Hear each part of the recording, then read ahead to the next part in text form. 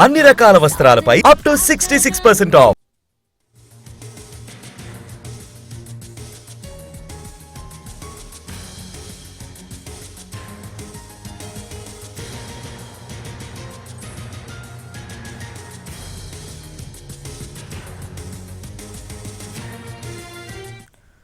Congress senior నేత MP Shashi Tharoor మరోసారి సంచలన వ్యాఖ్యలు చేశారు. ఇందిరాగాంధీ హయాంలో విధించిన ఎమర్జెన్సీని చీకటి అధ్యాయంగా అభివర్ణిస్తూ దాని నుంచి నేర్చుకోవాల్సిన పాఠాలు అంటూ ఓ విమర్శనాత్మక వ్యాసాన్ని రాశారు. భారత చరిత్రలో ఎమర్జెన్సీ రోజులను కేవలం చీకటి అధ్యాయంగా మాత్రమే గుర్తుంచుకోకూడదని అన్నారు. దాని నుంచి నేర్చుకోవాల్సిన పాఠాలు చాలా ఉన్నాయని అన్నారు. దేశంలో అత్యవసర పరిస్థితి విధించి ఇటీవల 50 ఏళ్లు పూర్తయిన సందర్భంగా ఓ మలయాళ డైలీకి థరూర్ వ్యాసం రాశారు. అందులో ఎమర్జెన్సీ సమయంలో సంజయ్ గాంధీ వ్యవహరించిన తీరును విమర్శించారు.